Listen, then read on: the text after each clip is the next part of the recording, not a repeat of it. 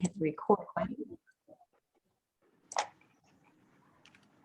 All right, thank you for joining us this afternoon. We've got another one, I'll admit it.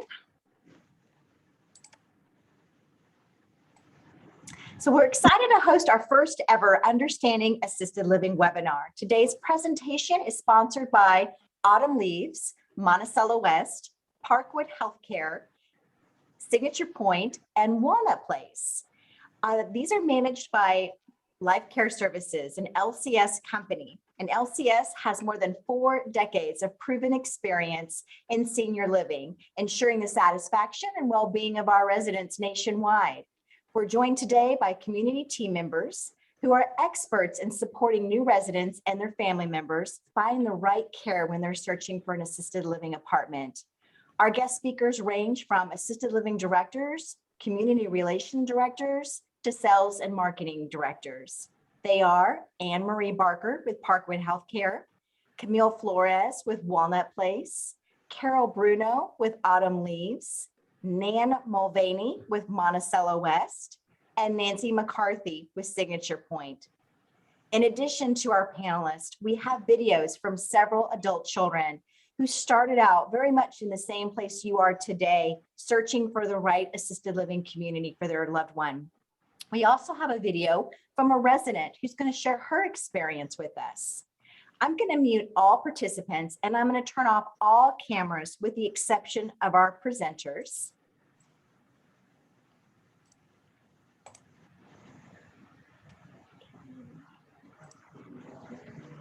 Do that.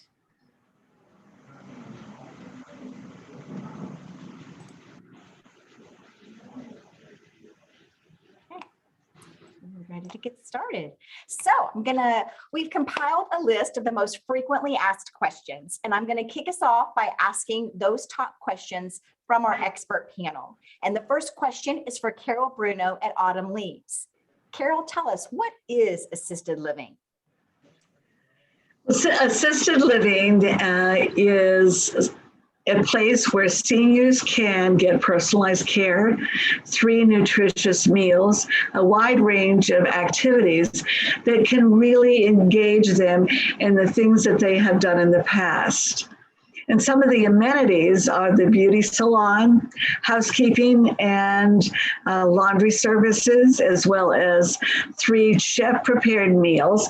And transportation. We do provide transportation to and from a doctor, so that is also something part of it.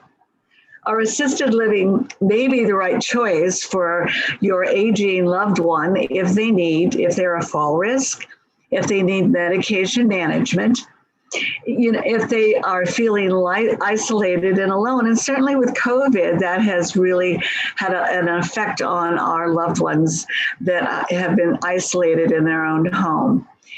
We have a committed 24-hour care staff that provide personalized care. They could be bathing and grooming. And the residents get involved in all kinds of activities, and they become a family within the residential community, also relating to one another as well as the staff. Thank you, Carol. So while every community is different, it sounds like assisted living is a really great option for people who need help, like you said, with that personal care, the bathing, the grooming, medication management, and the community's amenities and services can support that and their independence when they don't require 24-hour nursing care. So my next question is for Nancy at Signature Point. How do you pay for assisted living? That's a really good question. Paying for assisted living can actually be confusing for people, and it may seem like you're in a maze. You'll hear things like private pay. Private pay means that you're paying privately from your own resources like Social Security, pension, family help, and then you've also got your VA aid and attendance. Most communities have a VA aid and attendance representative that they use. So I would definitely reach out to your communities that you're working with for a reputable person to actually help you, guide you through the VA aid and attendance. It is a good resource. You do not have had to retired from the military. You just have to have served 90 days active duty. And it is eligible for surviving spouses. Surviving spouses do get a portion of that aid and attendance. So it is a really good benefit to look for. Long-term care policies, definitely investigate whether your loved one or your family member has had a long-term care insurance policy. Those are definitely great assets for paying for assisted living. They can range anywhere from $50 a day up to $300 a day, depending on the policies. Some of them go for 2 to 3 years. Some of them go lifetime. So it really just depends on how a senior prepared for end of life. And then you've got your Medicaid options, and Medicaid is actually very narrow. There's different Medicaid, there's community Medicaid, and there's facility Medicaid. And Camille and I both work at communities that have facility-based Medicaid, and it is very narrow. You have to qualify both medically and financially for Medicaid, and I would definitely work with a community to move into a community that, if you're looking at funds running out in your lifetime, move to a community that actually has Medicaid, and work with the community to position your loved one or your family member into a Medicaid slot. And we can actually help guide you in those processes. Our business offices can help. We can provide resources that can actually help you with all the ins and outs of Medicaid. So that is something that you really want to work closely with a Medicaid community if your loved one's funds are going to run out in the future. Other things that you can look at would be insurance policies, houses, pension plans, and there are companies like Elder Care Financial that actually can take some of those resources like an insurance policy or help you with VA aid and attendance and actually give you funds up front while you're waiting for those funds to come in so that you can move into a community sooner. So I hope that those things actually can help. And if you have additional questions, I'll be able to answer some at the end. Thank you, Nancy. So my next question is for Camille at Walnut Place. How does assisted living support seniors? Yeah, so assisted living is specifically designed with the aging adult in mind, who wants to remain as independent as possible, but still requires some support 24/7. So from the way that our communities are designed to meet the seniors' needs, so things like grab bars, easy access floor plans, things like that, and then also the accommodations that we offer to cater to you or your loved one's needs. So I like to think of assisted living as a cruise ship on land for the aging adult. So what that means is you have your very own team of directors, that are here to meet your specific needs. You have a calendar of fun, age-appropriate activities every day, and all our residents have to do is join us and enjoy their retirement years. So every day is an opportunity for our residents to try something new, enjoy nutritious meals, make friends, all while knowing that they're safe and that they're cared for. Great. I love your comparison to a cruise ship on land. That's just fabulous. Because I mean, they do have it all. I mean, the activities, the meals are served, their transportation is taken care of, their housekeeping, their laundry, it's all there. So they all have that peace of mind available to them with assisted living. Camille, let me ask you another question. What is the difference between assisted living and senior care? Okay, so this is a really great question. And I can tell you, I've met with so many families over the years that have already implemented the in-home senior care, and then they ultimately choose assisted living. So let me tell you why.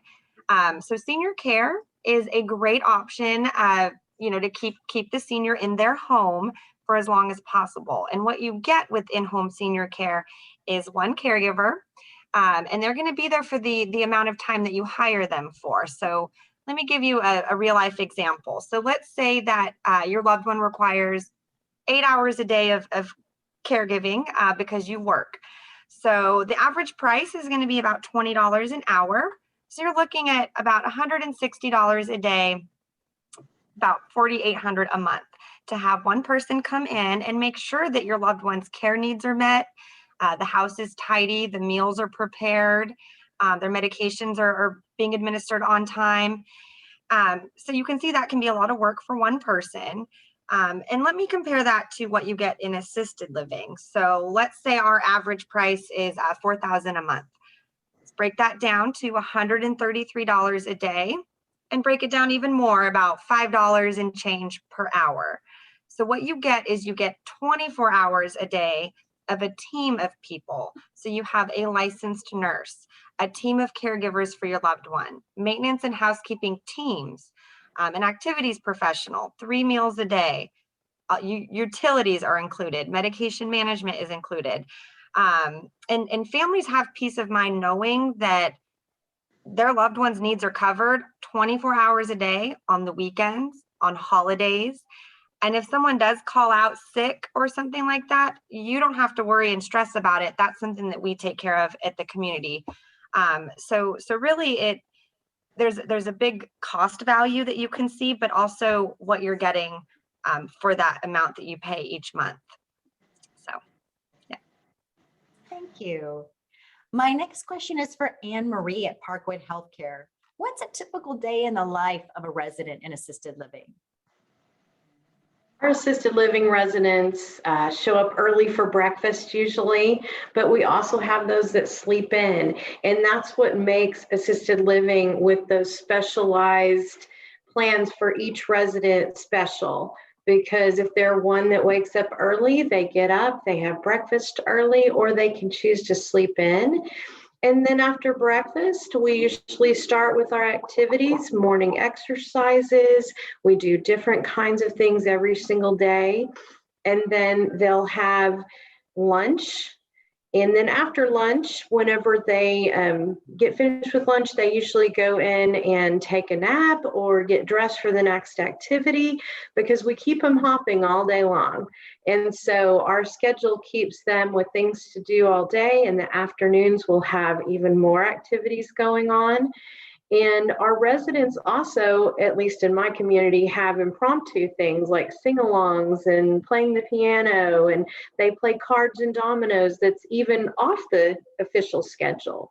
And so their days are very full and rich, but at the same time, they cater to what each resident wants to do. What did they do before? What do they enjoy? And so we're able to take care of everyone's their mental health needs and their socialization needs, and not just hand them medicine and make sure they're fed. And so they have a very full day. A lot of times in the evenings or the mornings when it's cool, they go outside and sit in our courtyards, and their days are hopping all day long. And then in the evenings, they're pretty much ready to turn in, and they'll watch TV or stay up and snack, or whatever it is that they like to do. Sounds like a lot of fun. I think this is actually a great time to share a video from Mary Ann, who's a resident in assisted living over at Monticello West. So I am going to share that with you guys.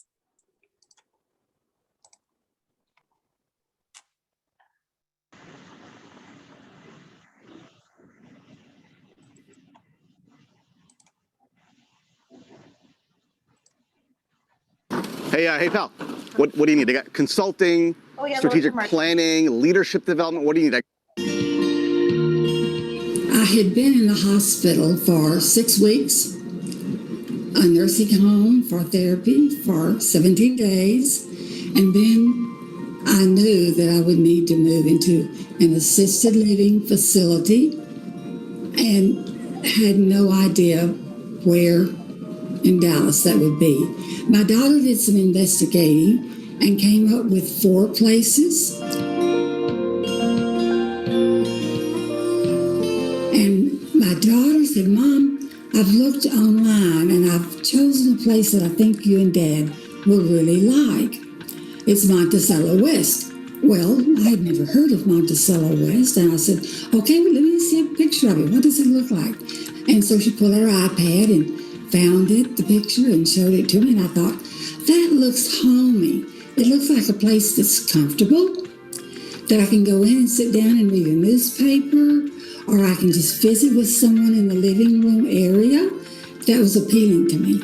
So she brought her dad out, and he had lunch here. They liked the food, and she brought her husband. And then we finally decided, or they finally decided, that this was a place that I needed to be. Living somewhere where you're comfortable, where you can make friends and feel safe, and main thing, feel at home. My husband passed away last September, a year ago, and I moved out of a larger apartment into a smaller one, and it's a place that I never thought about leaving. I did not want to go back and have to go shopping, do my cooking, washing up after cooking, and I knew I physically was not really up to keeping an apartment up myself, even with help maybe coming in once a week. And besides that, I would have my friends. And that to me has been so important.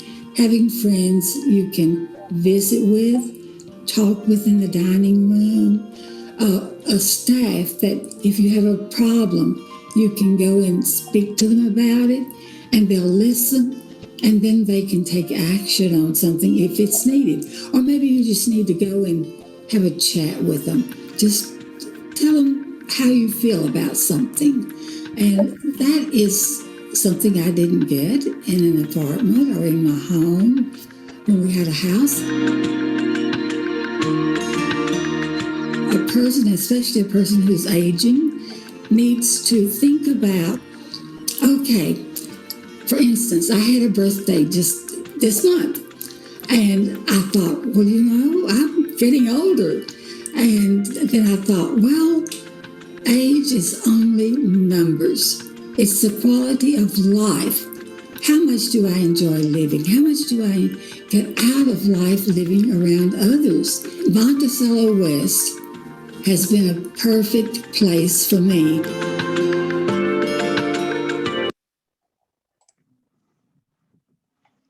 All right. I love that video. So Anne Marie, how do you ease the transition to assisted living? Well, I think the first thing you do is understand that your parents' fear about moving it's normal part of the process, and it is a real emotion they're having. And so make sure that you don't discount that. You know, no one wakes up and says, hey, I want to move to assisted living today. That sounds so exciting. Once they get here, they definitely feel that, and they make their own home and make friends. But, you know, when you're sitting still in your house, it's a big unknown, and their emotions are real. And a lot of times they don't align with what we're trying to do. So just, you know, take it easy with them and know that we're equipped on our end to deal with those emotions and to help them transition in here smoothly and make a good fit for them. And also, you might be a little scared too. You might think, you know, gosh, is it really time? Did we really do everything we could to keep them in the house? You know, you have those second guesses of your own. But when you're talking to your loved one, make sure that they don't see that. They need to see you being the strong one. You know, when you were a kid, they were the strong one for you. You need to be the strong one for them and act like this is a fantastic idea, even if you have your own hesitations, and help them feel that encouraging spirit coming from you. Also, let them see that this really is a very nice place to be. You know, if they are so reluctant that you can't get them out of their chair in their home, then let's do a virtual thing. You know, that's one of the blessings of COVID, is that we learned how to do everything virtually. And so if they are one of those that you just truly cannot pry out of the house to come see us, we are so happy to set them up with a live virtual tour where I will walk around and show them everything, every square inch they want to see. but let them see that it's not as scary as they think it is. And as much as they can be, let them be in part of that process. And then always, once you do move them in, and even a little before, you want to keep in touch with our staff. You know, we want to know what makes them such special people and their personal history, so that we know how to love on them in the way that they need, because it is an individual thing. And so anytime that you hear them struggling with anything, let us know so that we can nip that in the bud and make sure that it doesn't fester. You know, we want to make sure that their transition here before they move in and after they move in is smooth and positive and pleasant. And that will help you get them moved, is just to keep on the positive and keep them moving, however slowly at the beginning, in that forward direction. Thank you. It sounds like a step-by-step approach can really ease that anxiety and Certainly make it is. smoother. So Nan at Monticello West, let me ask you, when is it time for assisted living? Teresa, that varies. There are all sorts of different indicators, and I suggest that you start out just by looking at your loved one and considering these things. Is your loved one dressing each day herself? And are the clothes changing, or is she wearing the same clothes? Is hygiene an issue? Hair, makeup? These acts of daily living that each of us do every day are important to our well-being and to our sense of self. And if these things start to slip, then other things will slip as well. You might look at your loved one and see if there's a weight loss. In our community, in the elder community, a sudden weight loss can be a sign of serious illness. It also, and often is, a sign of depression or cognitive dysfunction that allows the resident not to get all of the nutrients needed for a full life. What I would say is step back. I know most of you are already considering these things, but ask these questions. Is your loved one still driving? Would you want to be on the road with them when they're driving? Are food items in the refrigerator fresh, or do you notice that some food items have expired? Is the house as neat as it always was and as welcoming, or is it starting to sort of look a mess? These things tell you that acts of daily living are becoming challenging, and then the timeline is determined just as you sort of watch for changes and make plans for changes. Yeah, Nan, what I hear you saying is that it just, for some people, there just comes a time when it's just no longer safe to live at home. And those questions are really great to help guide individuals in making that decision. I think this is actually a great time to share a video from John. John, he couldn't be with us today, so he recorded a video and sent it to us, and his dad lives at Autumn Leaves. So let me share that with you.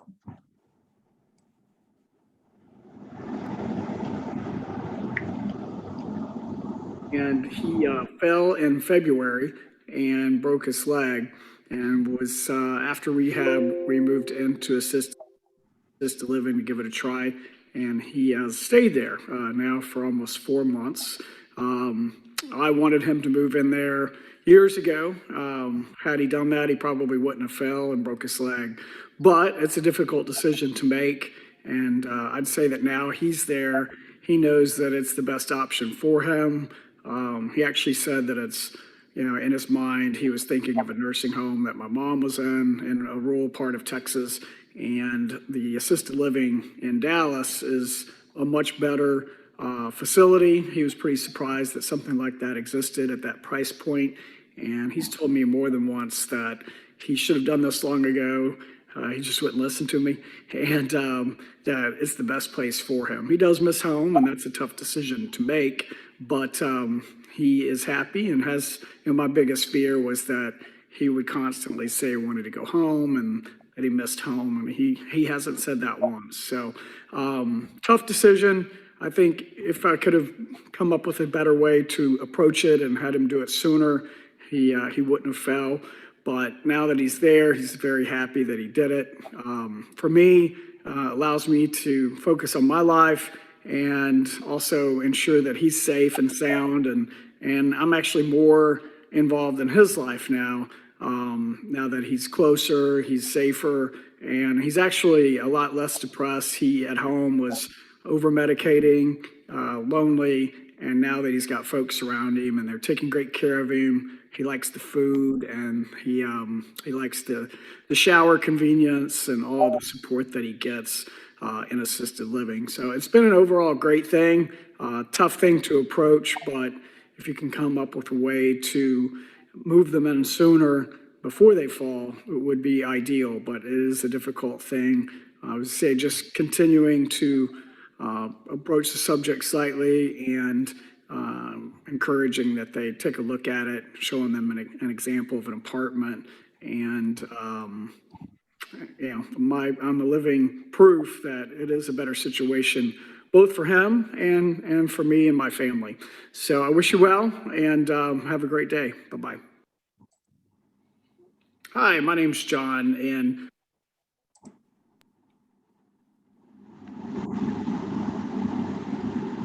so Nan, how does, I think John kind of shared a little bit of that, but can you expand on how does assisted living help the adult child? Well, if you are an adult child out there, we call you the influencer, and we recognize how busy your lives are. We recognize that you're the chef and the driver and the manager of family calendars at home, that then after taking care of your family, you're focusing on another family, your parents perhaps, and in focusing on them, you're feeling that you just don't have quite enough to give to everyone. You become worried that that food in the refrigerator is not going to be fresh. You worry that that transportation is not going to be safe. And so you find yourself running one way and then the other, just trying to make everyone happy. And it's a hard, hard job. From personal experience, I can tell you before I was in the industry, I was in your role and I was doing it long distance in Tucson, Arizona from Dallas. I really was plagued with guilt. I couldn't figure out why I couldn't allow my loved ones to stay in their home and know their neighbors and go to church and enjoy their backyard. All those things seem pretty realistic.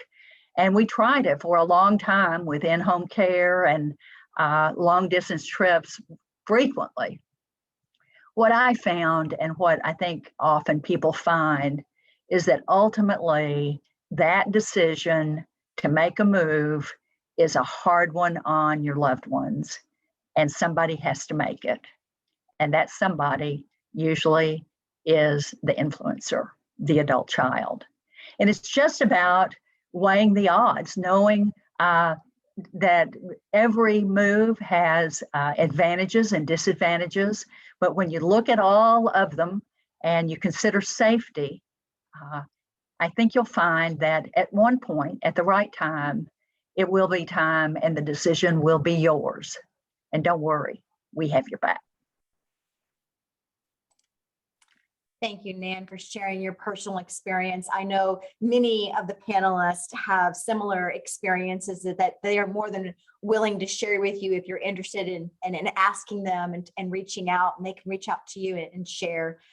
It is a difficult time, and you just need to be able to know that you're just not all things to all people. You can't do everything, and having that team approach that we've talked about, and that cruise ship on land there to support your loved one is really valuable. I think this really aligns with Karen's story. Her father lives at Monticello West, and I want to share that video with you.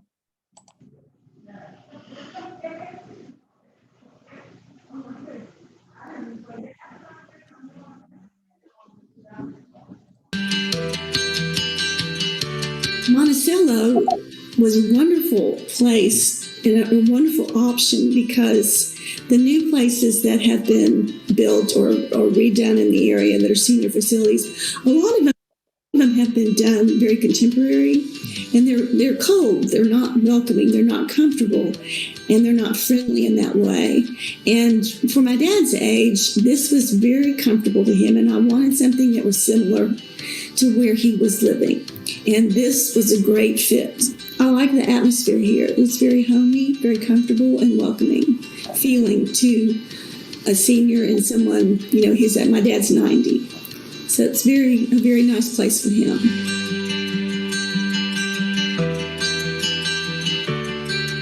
I think from the minute you walk in, Renee at the front desk is, a jewel and so helpful and so accommodating. And, I don't think that we would have had a very good transition without Renee. She's been so sensitive to Dad and me and helped me a great deal. I mean, this has been hard for me too, but because you want to feel like you've made a good decision, you want to feel like your loved one is safe, that everything is going right for them. And I do feel that way. But I feel like the care managers, and especially the one that we have in the morning, I just love her to death. And she helps Dad pick out his clothes for the day and helps him, reminds me to wash his hair. And I feel very good about the nighttime caregivers as well, because I'm not here at night. And, it is so comforting to me, even though I'm only 5 minutes away, to know that somebody's checking on him and checking on him at night multiple times, and also during the day they check on him. So it's very comforting, and they know his medicines. Part of my dad's dementia was he could not manage his medicines anymore, and they give him his medicine twice a day. And that is so comforting that I don't have to deal with that. All the prescriptions just automatically get renewed. So it's a wonderful burden off of me.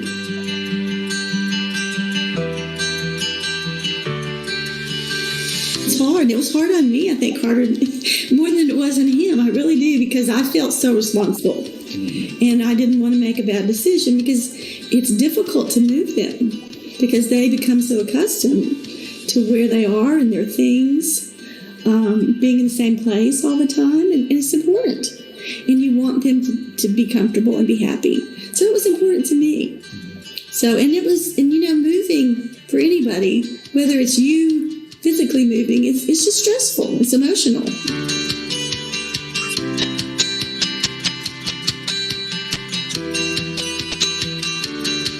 Well, I'll start with me first. The first thing that was first on my list was to find something that was closer to me, that I could come every day and I could be a bigger part in his life, because it was obvious that I needed to be. But like I said, it's 5 minutes from my house, which is so easy. Sometimes I come twice a day to see him now. And if I need to bring him groceries, so easy to do that.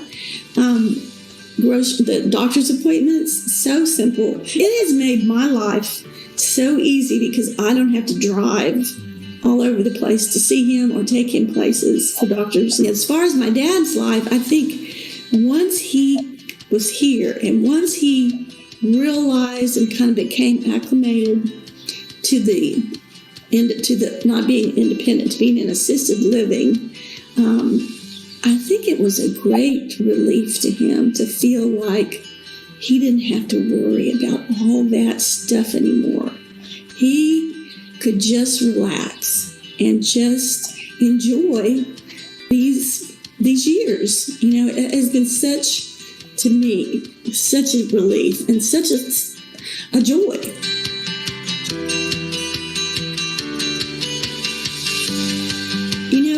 I think this gives me such peace of mind. And also, my husband and I like to travel a lot.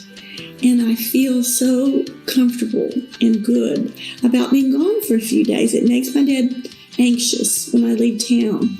And especially now that the dining room is open, I think I feel good about him having a little more social outlet and being able to be more around people. And it's just, my life is much easier.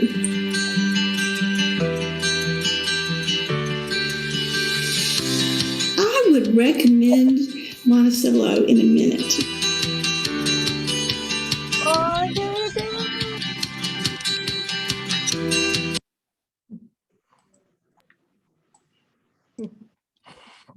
I love that video.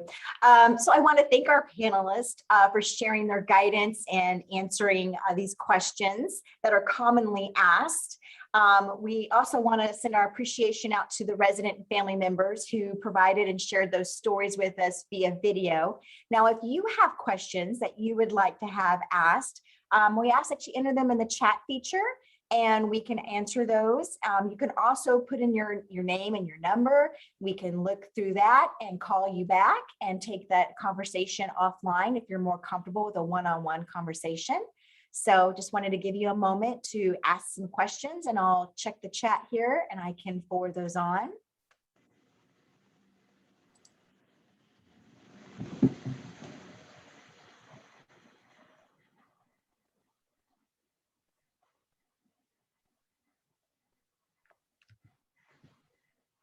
I haven't seen anything yet. We'll give it another minute or so.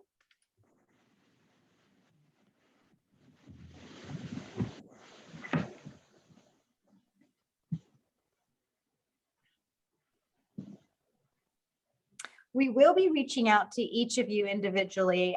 You've registered and you provided us with your contact information. So the respected community will reach out and follow up. What determines if someone should be in assisted living or memory care? Camille, do you want to take that one? Yeah, so that's a good question. And it's going to be different for every resident.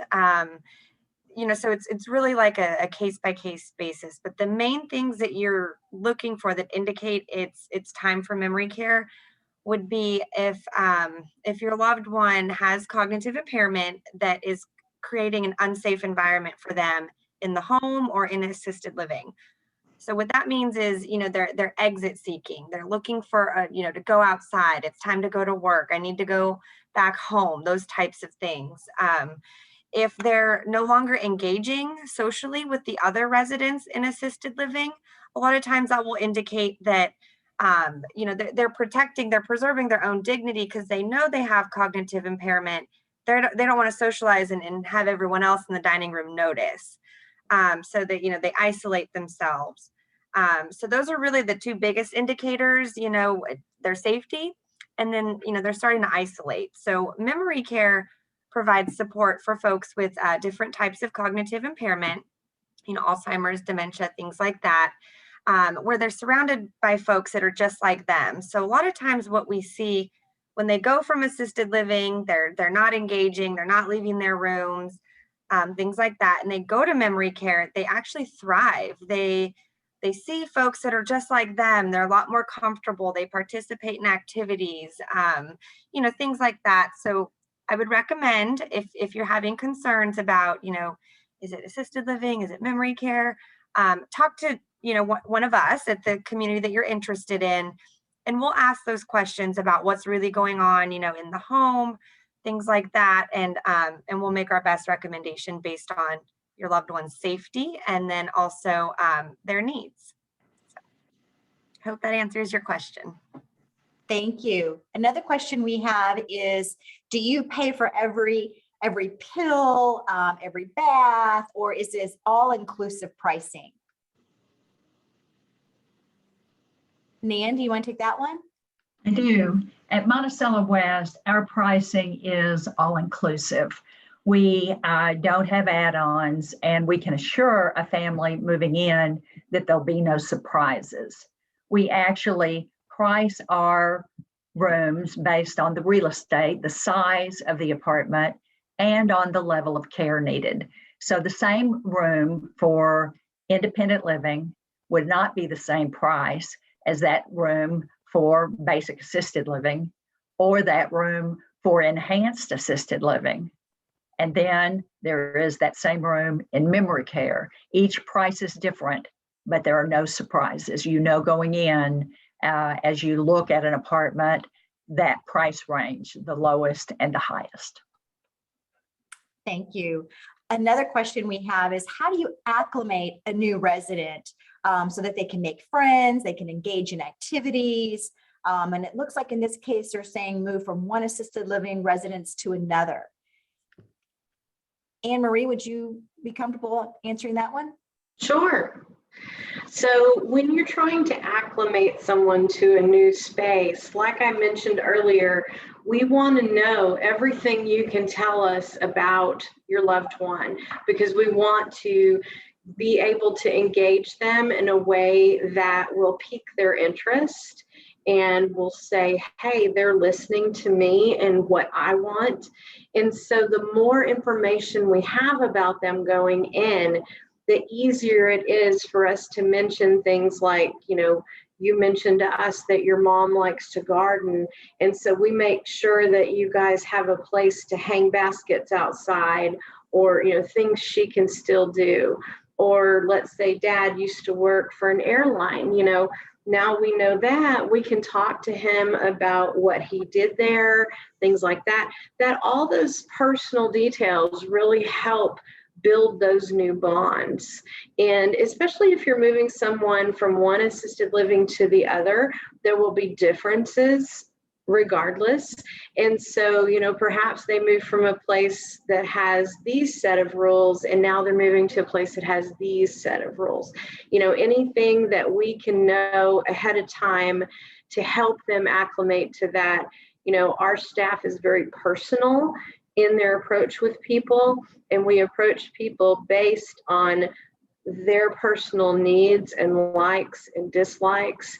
And our staff is also trained to help with that transition. We're all trained to know that there are going to be bumps in the road, to know that they are going to be, happy this day and sad another, and they're going to miss their friends from the other place. But look, you have these friends over here too.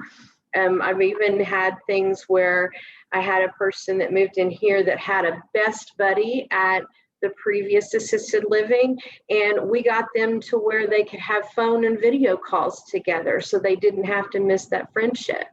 So there's always ways, and the more that we know about the resident and their individual likes and dislikes, and which side they like to get up of the bed, all those things help us prepare to make this a great transition for them. Thank you. Got another question. So dad has a memory impairment. Mom's memory is okay, but she's blind, so she does need some extra care. If dad needs memory care, would mom be allowed to be with him? Nan, do you want to take that one? Yeah, I do. At Monticello West, we have what we call the Jefferson Bridge program, and it was designed exactly for this scenario. Using the Jefferson Bridge, the couple could move in together and spend evenings together, sleep together, or have meals together. The person with cognitive impairment would bridge, somebody would knock on the door in the morning and take him to memory care, where he could engage throughout the day, be stimulated, and thrive, which is the goal, while the mom or the wife would stay in the assisted living environment, taking part in assisted living activities and be guided, through her vision challenges there. So it's sort of the best of both worlds, and it's been a very, very successful program. Thank you. I've got another question. I'm looking for assisted living for 2 people, mother and father. Does any community offer spacious rooms for 2 people? Who wants to take that one? I can take that.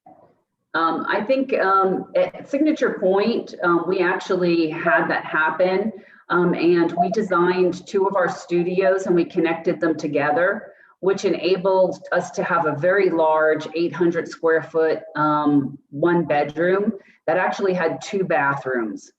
So depending on the community, I think Monticello West also has some really good options for assisted living with 2 bedrooms. So there are a lot of opportunities for couples in assisted living. Okay.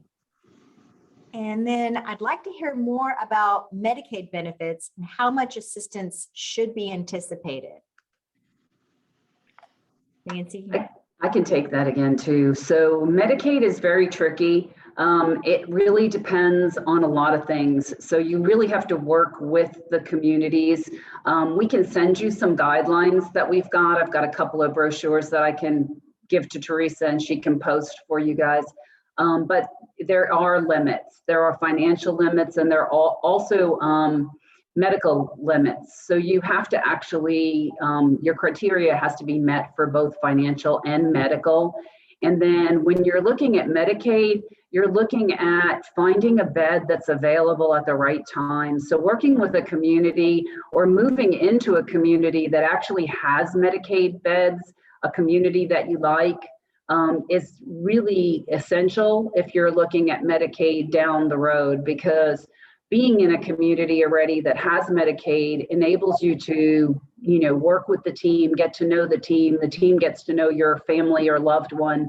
And it's much easier for us to try to transition somebody within the community into a Medicaid bed and work with a family than for you to actually find a Medicaid bed and move into it when it's time. And I think a lot of times there's a lot of communities out there that are assisted living based communities and they offer Medicaid beds. But what happens is if you're at an assisted living community and they offer Medicaid beds, in most cases, they're not going to offer a Medicaid bed when your loved one becomes memory care. So it's very difficult then. You have to then scramble and look for a Medicaid bed for a memory care resident. So it's always wise to work with a community. I know that Signature Point and Walnut Place, we both offer Medicaid beds, and Camille and I would be happy to work with any of you if you have additional questions after the call. You can feel free to reach out to either one of us. All right, thank you. Well, that is all the questions we have in the chat. So I really appreciate everyone's time. Thank you, panelists, for joining us today and sharing your expertise. And each of them will reach out to you afterwards and follow up to see if you have any additional questions. Thank you so much. Thanks everyone for joining. Thanks, Teresa, and thanks for everyone that joined. We enjoyed it.